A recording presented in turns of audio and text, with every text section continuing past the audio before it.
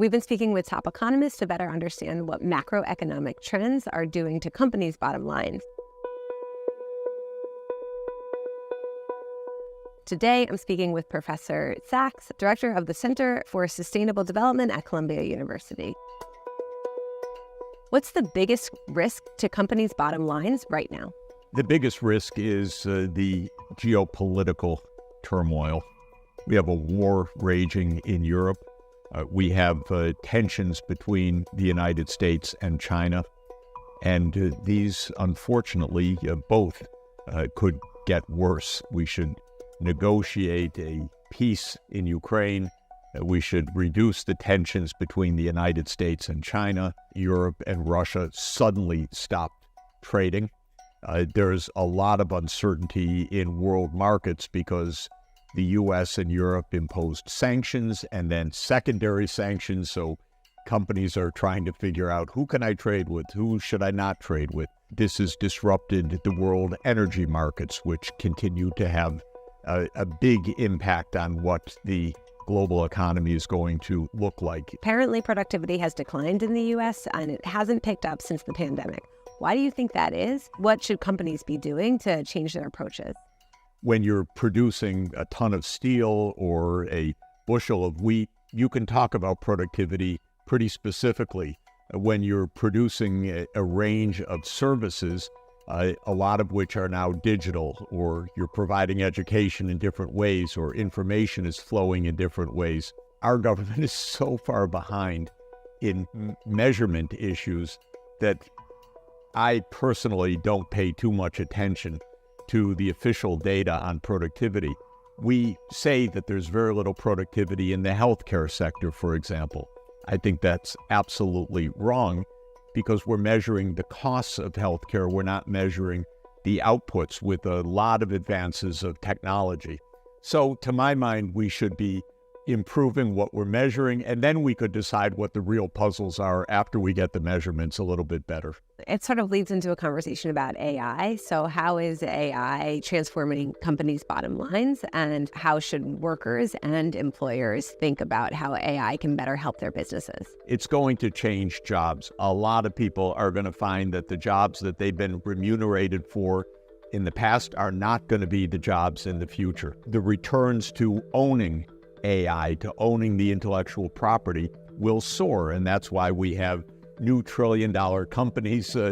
But for a lot of Americans, it actually means lower real earnings, not higher real earnings, because it means a shift of the income distribution. And we need to understand all of this better so that we can actually make public policies that say, oh, AI is a great thing, but this part of society is going to need help. This part of society is going to be so incredibly rich that they actually should pay some more taxes. Wall Street is certainly reacting to this AI, and they are investing big in it. What should companies be doing to make sure that their employees are not being left to the side? In general, by the way, major technological changes, and they don't happen all that often. The steam engine was one, electrification was another. The winners win more than the losers lose. So net, big gain. But to say that everybody benefits has never been true in economic history or economic change. So there will be actually significant parts of society that will fall behind. And even in the last 40 years, 50 years, the nature of technological change has favored those with more advanced educations, higher degrees, technical educations, and so on. This has been a clear trend for the last 50 years. And that means a lot of people have been left behind in the United States. We not only have a huge rise of pre-tax inequality, but we have a big rise of what I would call post-tax and transfer inequality as well. In other words, we're just a much more divided society. Heads of AI who are billionaires are libertarians. They say, oh, we leave everything alone, leave it to us. Well, that's easy if you're a billionaire, but it's not so easy if you've lost your job. So in this sense, I think that we really need to have a fair assessment of this great potential technology to make sure that it works for society broadly. All right, I want to move on a little bit to the recession or the stalled recession. Why do you think the U.S. has been in this stalled recession? Is AI the thing that's saving us? Are we going to be okay? So we're in an inflation phase that is really the end of a cycle that started with COVID and a massive, massive expansion of the money supply. And now the Fed is tightening. It has to. I've always thought that those who say, well, it'll be very short-lived and then go away, didn't understand that the inflationary pressures were rather deep. The Fed increased the money supply by trillions of dollars of what we call high-powered money. That is the Fed-backed currency, the reserves and the currency, trillions in a very short period of time. It was completely unprecedented. Now we have the inflation. It's not soaring, but it's painful. The Fed has raised interest rates. I don't think they're coming down so fast as some people thought that, we'll get back to near zero interest rates. Very unlikely. But then on top of this has come war, sanctions, geopolitical tensions. These are all what we would call supply shocks. It's a pretty antiseptic term for some pretty awful things happening. But what it means is that it's made it even more difficult to have a clear path forward. I think a recession is quite possible because when things are so bumpy, to get out of this without a recession would be a lot of luck as well as a lot of good steering. My advice to this administration, if they want to get reelected, stop the war stuff, start the peace stuff, because that's the way the economy is going to go better. Do you have any advice for, employees trying to figure out, how to make the most with their money now that their value is less, or employers, they have less credit at their disposal? What should they be doing to make sure their bottom line is still, everything's still good? When there's so much uncertainty, the only general advice is to be prudent, to be careful, not expect that somehow all of this is going to easily sort itself out. Not expect that everything is necessarily going to just be an extrapolation of progress, not to look at the month to month saying, everything's fine right now, but to understand that we've got really choppy waters for, I'd say, a year or more ahead. A lot of this depends on whether these global challenges get worse, which is really possible. So you're talking about global implications. Let's talk a little bit about your bread and butter, climate change. So how is climate change and climate disasters impacting economic models going forward? Two big things. One is we've got a lot of climate-related shocks and disasters now everywhere, every year. And this is, without question, getting worse. More heat waves, more floods, more droughts, more mega forest fires, more high-intensity hurricanes and typhoons. It's dramatic. And because of my job, working with governments around the world, I see this close up all over the world. And you can't go to a place without hearing about its most recent massive flooding, 1 in 100 years, biggest drought in 500 years, massive heat waves. But we need an energy system quickly that isn't making all of this worse. And this means we need wind, solar, nuclear, zero carbon energy sources.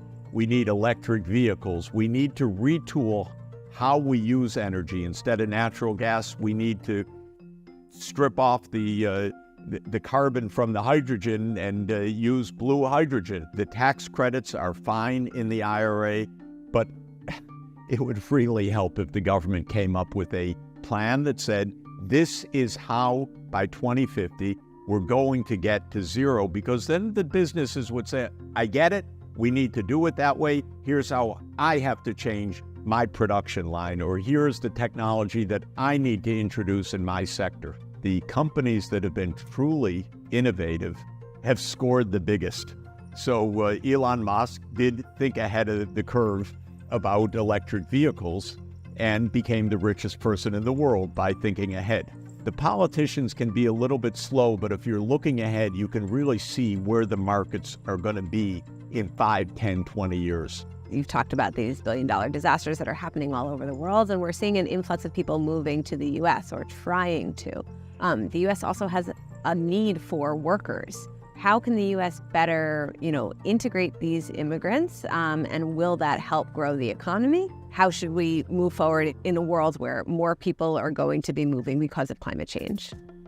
Even if we turned off all the emissions immediately, we would still have decades, maybe even centuries of climate change, but it would be very gradual compared to what we're experiencing right now. So we can't stop what's in the works already, but we need to do this because there is no way to adapt to what is now in store if we don't change our ways. Because if temperatures rise 2, 3, 4 degrees, we're going to have upheavals that are much larger than our governments can handle. So I don't want that kind of world where tens or hundreds of millions of people are forcibly displaced. I'd like to keep migration policy as a separate issue, that the U.S. should remain an open country and an open society, but not one that is overwhelmed. And if we paid a little bit more attention in our own hemisphere, for example, to the Central American economies, if we just paid a little bit of attention to getting more investment into Central America, to helping with water management, to improve productivity of agriculture, we would not be facing the challenges we face right now. Do you think that the U.S. will remain the world's leading economy?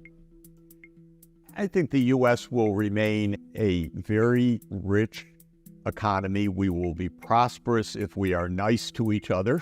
If we are absolutely divided, we will be rich and very unhappy and very unstable. But we will not be the only major economy in the world. In absolute size, China's going to most likely overtake the U.S. very soon. By one measure, what we call purchasing power adjusted GDP, China's already larger than the U.S. But Americans should understand, China's living standards are roughly 1/3 of Americans' living standards, but the population is 4 times larger.